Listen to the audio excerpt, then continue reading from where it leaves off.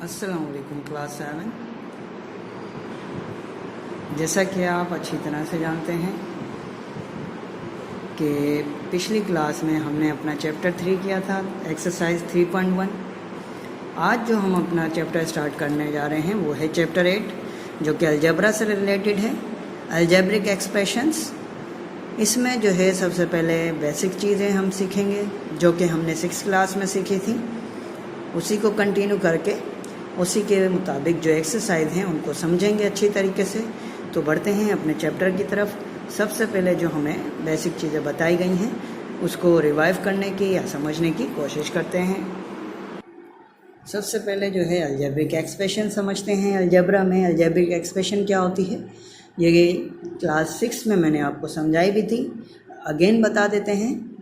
N algebraic expression consist of variables and numbers connected by some operations यानी operational signs, and an algebraic expression is comprised of one or more terms separated by addition or subtraction।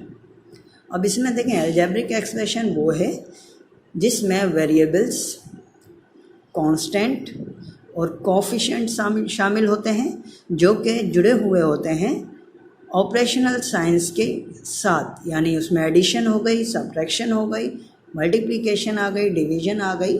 इसी तरह से ये साइनें जो मिलकर हमारे term भी बनाती हैं, तो ये हमारी एक अलजेब्रिक एक्सप्रेशन कहलाती है जिसमें वेरिएबल्स और कांस्टेंट और आपके जो कोफिशेंट्स हैं वो एक दूसरे से साइनों की मदद से, ऑपरेशनल साइनें जो हैं यानी एडिशन, सब्ट्रैक्शन, ईटीसी वगैरह, उनकी मदद से एक दूसरे से कनेक्टेड होते हैं। अब कांस्टेंट क्या होते हैं, वेरिएबल्स क्या होते हैं, कोफिशिएंट क्या होते हैं, ये भी हमने सीखा था पिछली क्लास में। अगेन रिपीट कर लेते हैं, उसको समझ लेते हैं। Variables A to Z English alphabet जो हैं वो हमारे वेरिएबल होते हैं। वेरिएबल्स हमेशा हम स्मॉल लेटर में शो करते हैं।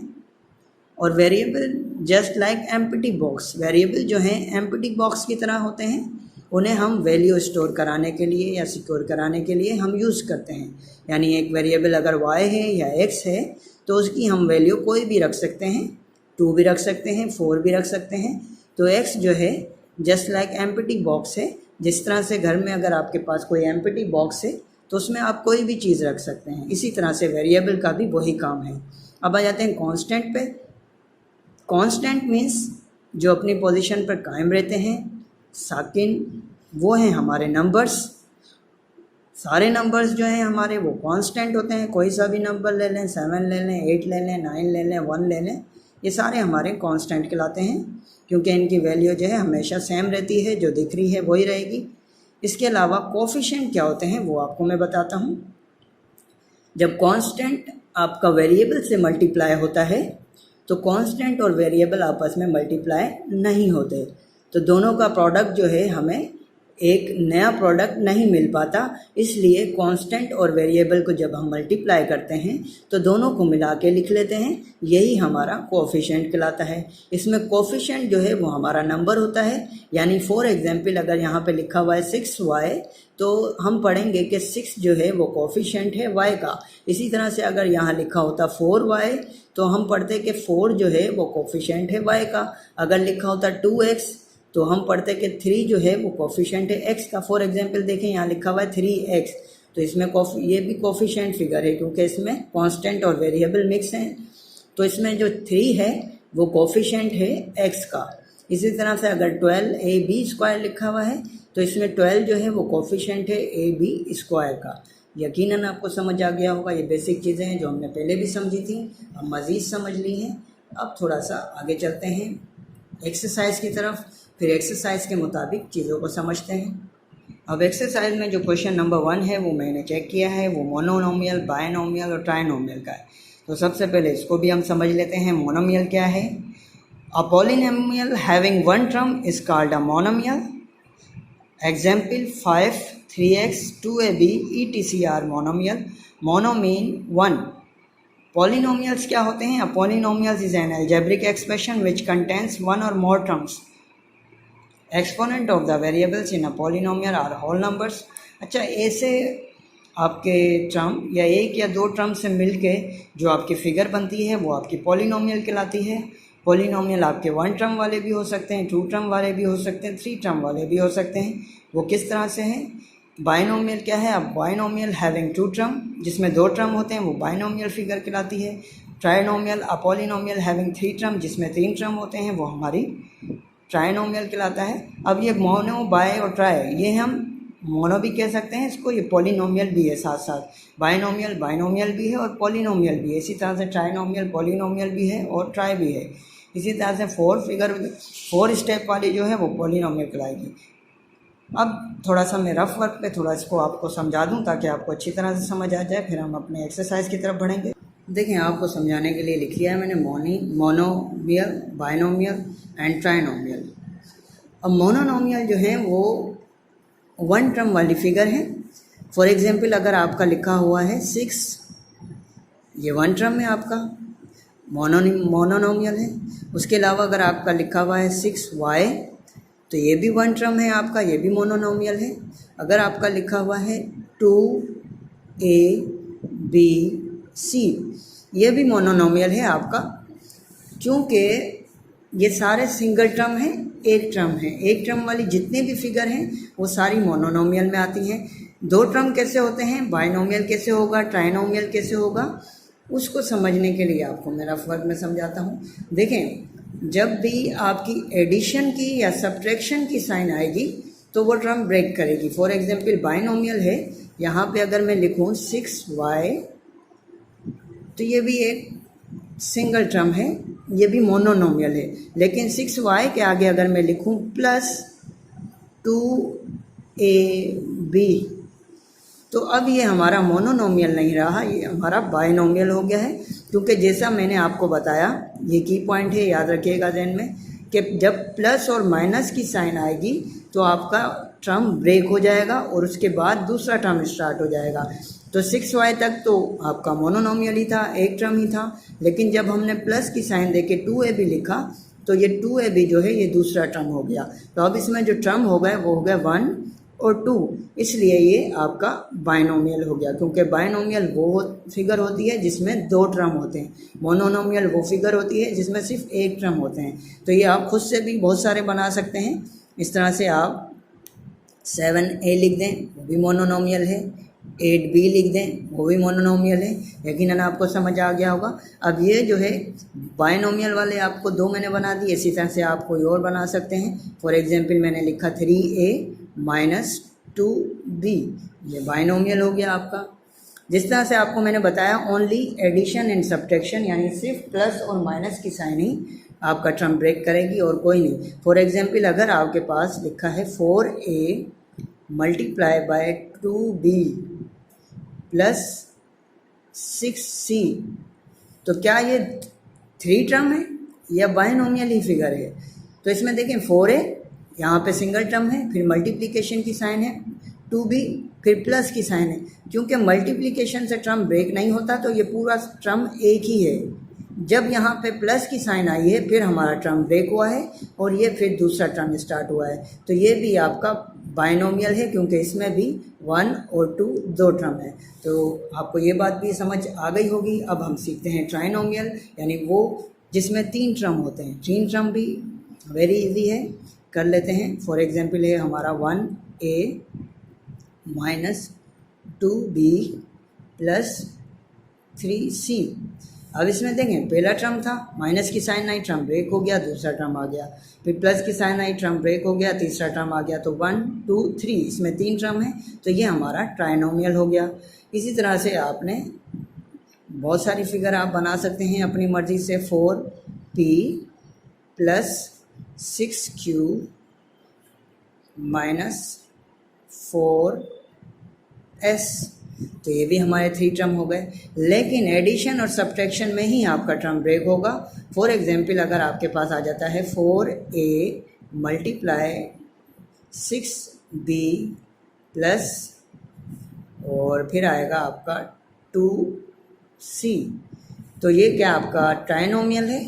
तो इसमें देखें 4a मल्टीप्लाई 6b, यहाँ तक तो क्योंकि मल्टीप्लिकेशन की साइन है, यहाँ तक तो टर्म ब्रेक होगा ही नहीं आपका, ये एक ही टर्म है। यहाँ पे टर्म ब्रेक हुआ तो ये 2 टर्म होगा, ये ट्राइनोमियल नहीं है क्योंकि इसमें 2 टर्म है, तो ये हमारा रॉन्ग है। इसी तरह से डिवीजन की साइन भी जब आ जाएगी आपका, फॉर एग्जांपल अगर आपके पास है 12a divided by 2a minus 6a, तो ये आपका ट्राइनोमियल है। तो चेक करेंगे जब हम, तो यहाँ पे डिवीजन है, टर्म ब्रेक नहीं होगा, यहाँ तक एक ही टर्म है, यहाँ पे टर्म ब्रेक हुआ तो ये दूसरा टर्म है, तो ये भी आपका ट्राइनोमियल नहीं है, बाइनोमियल है क्योंकि इसमें 2 टर्म है। तो ये बात याद रखें की पॉइंट, कि एडिशन और सब्ट्रैक्शन में आपके टर्म ब्रेक होंगे, लेकिन मल्टीप्लिकेशन और डिवीजन में आपका टर्म ब्रेक नहीं होगा। अब एक्सरसाइज की तरफ चलते हैं, वो समझते हैं, बल्कि समझा तो दिया है, अब आपने करना है, मैं आपको देता हूँ। अब देखें एक्सरसाइज है 8.1, identify monomial, binomial and trinomial. Just identify करना है कि पहला जो है ये मोनोनोमियल है, बाइनोमियल है, ट्राइनोमियल है। सबसे पहले आपने करना क्या है, यही क्वेश्चन कॉपी पे लिखना है, उसके नीचे फिर उसका आंसर लिखना है। अब इसको चेक कर लेते हैं, देखें ये 1 टर्म है, फिर प्लस की साइन आ गई, टर्म ब्रेक हुआ, ये दूसरा टर्म है, फिर माइनस की साइन आ गई, टर्म ब्रेक हुआ, ये तीसरा टर्म है। तो ये 1 2 3, इसमें 3 टर्म है, तो ये आपका ट्राइनोमियल है। इसी तरह से इसमें 2 टर्म है, ये बाइनोमियल है, इसमें 1 टर्म है, ये मोनोनोमियल है। इसी तरह से आप बाकी 3 भी आप खुद करिएगा, ये रफ़ कॉपी पे सारे करके मुझे चेक कराइएगा, वेरी इजी, बहुत ज़्यादा आसान है। तो ये हमारा क्वेश्चन जो है ये डन हो गया, मैंने आपको समझा दिया, रफ़ कॉपी पे समझ आ गया होगा आपको। अब जो है हम अपने दूसरे क्वेश्चन की तरफ बढ़ते हैं। क्वेश्चन नंबर 2 है, arrange the following expression in ascending and descending the variable indicated. अब वो कह रहा है कि अरेंज करना है नीचे जो एक्सप्रेशन दी गई हैं उनको, लेकिन कौन सी तरतीब से, असेंडिंग और डिसेंडिंग की तरतीब से। असेंडिंग ऑर्डर और डिसेंडिंग ऑर्डर आपको पता है, असेंडिंग ऑर्डर वो होता है जो हाईएस्ट टू लो जाता है, डिसेंडिंग ऑर्डर वो होता है जो लोएस्ट टू हाईएस्ट आता है। अच्छा सॉरी, असेंडिंग में वो होता है जिसमें हम लोएस्ट टू हाईएस्ट जाते हैं, और डिसेंडिंग वो होता है जिसमें हम हाईएस्ट टू लोएस्ट जाते हैं। सबसे पहले असेंडिंग करेंगे, यानी एक ही क्वेश्चन का आपने असेंडिंग भी करना है और डिसेंडिंग भी करना है। उसके बाद इसमें दिया गया है कि वेरिएबल जो इंडिकेटेड, यानी यहाँ पे फॉर एग्जांपल नंबर 1 क्वेश्चन में y वेरिएबल दिया गया है, तो y वेरिएबल के हिसाब से असेंडिंग और डिसेंडिंग ऑर्डर बनाना है, बाकी सबको आपने इग्नोर करना है। तो ये रफ कॉपी में आपको समझाता हूँ, मैं करके दिखाता हूँ। देखें क्वेश्चन नंबर 2 मैंने लिख लिया है। इसका पहला क्वेश्चन है 3x square minus x y minus 4x minus 5y square minus y। अब जैसे हमने जो तरतीब देना है असेंडिंग ऑर्डर और डिसेंडिंग ऑर्डर को, असेंडिंग इंक्रीजिंग ऑर्डर भी कहते हैं, इसे हम डिक्रीजिंग ऑर्डर भी कहते हैं। असेंडिंग ऑर्डर में सबसे छोटा पहले आता है, फिर उससे बड़ा, फिर उससे बड़ा, इसी तरह से। लेकिन हमने तरतीब सिर्फ y के हिसाब से देना है, y वेरिएबल के हिसाब से बनाना है। तो इसमें देखें y वेरिएबल वाली फिगर 1 2 और 3 है, ये भी इसके साथ x है। तो अगर आप गौर से देखें तो इसमें नंबर हम काउंट नहीं करते हैं, इसमें क्या करना होता है, हमें एक्सपोनेंट चेक करनी है। वेरिएबल की आप एक्सपोनेंट देखेंगे, इस y के ऊपर कोई भी एक्सपोनेंट नहीं है तो 1 है, इस y के ऊपर कोई भी इसके ऊपर एक्सपोनेंट दी गई है तो इसके ऊपर एक्सपोनेंट जो है वो 2 है, तो ये यानी कि इससे बड़ा है, तो ये 1 पावर वाला है, ये सबसे छोटा है तो ये पहले आ जाएगा, उसके बाद ये उसके बाद आ जाएगा। लेकिन x वाली जो फिगर दी गई हैं उनको भी हमने एडजस्ट करना है, इसमें x y है तो ये y वाली फिगर भी हम एडजस्ट करेंगे। तो सबसे पहले हम क्या करते हैं, आपकी वैसे मर्ज़ी है, पहले y वाला आप असेंडिंग ऑर्डर कर लें, उसके बाद x वालों को तरतीब दे दें। तो पहले y वाले असेंडिंग ऑर्डर कर लेते हैं। इसमें क्योंकि x लगा हुआ है इसलिए सबसे पहले हम इसको लिख लेते हैं, सबसे छोटे में x। इसको लिखें या इसको लिखें एक ही बात है, क्योंकि दोनों की एक्सपोनेंट 1 है तो दोनों ही छोटे हैं। याद रखें कि असेंडिंग ऑर्डर में इंक्रीजिंग ऑर्डर है, सबसे छोटा पहले आएगा यानी जिसकी पावर सबसे कम है। तो एक्स वाई की सबसे कम पावर है, उसके बाद इसकी भी 1 पावर है, ये आ गया आपका। उसके बाद आपका इसकी y की पावर 2 है तो आपका ये आ जाएगा 5y2। उसके बाद जो आपके एक्स्ट्रा बच गए हैं, क्योंकि हमें y से करना था, इसको लिखने की ज़रूरत नहीं है लेकिन इसको भी हम लिखेंगे। अब x वाले इसमें आप चेक कर लें कि इसकी x की एक्सपोनेंट 2 है, इसकी x की एक्सपोनेंट कुछ नज़र नहीं आ रही तो यानी 1 है, तो ये छोटी है ये बड़ी है, तो इसको भी आप तरतीब से लिख लें। पहली छोटी एक्सपोनेंट वाली यानी कि 4x, सॉरी माइनस भी आएगा। उसके बाद आपने लिखना है x2 वाली फिगर 3 नंबर को आप नहीं देखिएगा, जस्ट वेरिएबल और उसकी पावर को। तो ये हमारा तरतीब बन गई। अब जब आप इसको असेंडिंग में बना लेंगे तो डिसेंडिंग में लिखने से कोई मुश्किल नहीं है, वेरी इजी है। यहीं से आप उल्टा शुरू कर दें, इसको लिखें, इसको लिखें, इसको उल्टा लिखेंगे तो आपको ये डिसेंडिंग बन जाएगा।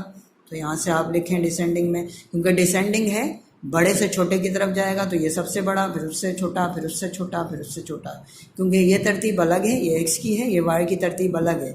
इसमें ये बड़ा है, ये उससे छोटा है, फिर ये बड़ा है, ये उससे छोटा, फिर ये उससे छोटा। तो सबसे पहले डिसेंडिंग में हम 3x से स्टार्ट करेंगे, 3x स्क्वायर, फिर -4x, यानी एक आपने बनाना है असेंडिंग, दूसरा उल्टा शुरू करना है, तो वो खुद ही आपका हो जाएगा। उसके बाद -5y स्क्वायर, उसके बाद y नहीं समझ आए आप फिर भी मुझसे पूछ लीजिएगा, जैसे समझ आ गया होगा आपको। ये हो गया हमारा आंसर, ये हमारा ऊपर वाला हो गया असेंडिंग ऑर्डर, नीचे वाला हो गया डिसेंडिंग ऑर्डर। मज़ीद एक और क्वेश्चन भी मैं आपको करके दिखाता हूँ, जस्ट 4 क्वेश्चन है, उसमें से 2 मैं आपको कराता हूँ, 2 आप करिएगा। अब इसमें देखें 1 मैंने आपको करा दिया है, उसके बाद 2 वेरी इजी, बहुत आसान है, आप खुद कर लीजिएगा। 3 उसके बाद मैं करा देता हूँ आपको, 2 और 4 आप करिएगा, दोनों बहुत आसान है। तो 3 जो है 7b³ plus ab² plus a² minus 2ab, इसमें a वेरिएबल से आपने असेंडिंग और डिसेंडिंग करना है, ये मैं आपको करवाता हूँ। अब देखें क्वेश्चन नंबर 3 मैंने लिख लिया है, 7b³ plus ab² plus a² minus 2ab²। ए की वेरिएबल से असेंडिंग ऑर्डर और डिसेंडिंग बनाना है। सबसे पहले असेंडिंग बनाते हैं, जैसा कि आप जानते हैं असेंडिंग जो इंक्रीजिंग ऑर्डर है, यानी कि सबसे छोटा जो है इसमें पहले आएगा, फिर उससे बड़ा, फिर उससे बड़ा, इस तरह से आगे जाएंगे। अब इसमें देखें 3 जो हैं फिगर वो ए वाली हैं, 7 जो है b³ है, इसमें फिगर में ए मौजूद नहीं है, तो ये हमारा एक्स्ट्रा है। एक्स्ट्रा को हम लास्ट में रखें या पहले रखें एक ही बात है, इसको हम सबसे पहले ही रख लेते हैं, कोई इशू नहीं है। 7b³ हम सबसे पहले लिख लेते हैं। अब हम तरतीब से शुरू करते हैं। अब देखें ये है a की एक्सपोनेंट 1, यहाँ पे a की एक्सपोनेंट है 2, यहाँ पे भी a की एक्सपोनेंट है 1। बाकियों को कुछ नहीं देखना आपने, जस्ट क्योंकि a की आपने a वेरिएबल से असेंडिंग और डिसेंडिंग बनाना है, तो सिर्फ a वेरिएबल को चेक करें। तो ये आपका a1 वाला है, ये भी a1 वाला है, ये a2 है, तो ये बड़ा है। सबसे पहले a1 वाले लिखते हैं, पहले ये लिख लेते हैं, कोई सा भी आप a लिख लें, -2ab² यानी a एक्सपोनेंट 1 वाला आ गया। उसके बाद कॉमा, फिर हमारा ये भी a1 है, इसकी भी एक्सपोनेंट 1 है a की, तो ये आ गया। उसके बाद इससे बड़ा जो है वो हमारे पास ये है a एक्सपोनेंट 2 वाला, तो ये हमारा असेंडिंग ऑर्डर बन गया, बिल्कुल वेरी इजी। जब एक आपका बन गया, देखें a1 फिर a1 फिर ये a की पावर 2, तो 1 1 2 तरतीब बन गई छोटे से बड़ा, और ये एक्स्ट्रा था इसलिए हमने ये पहले रख दिया।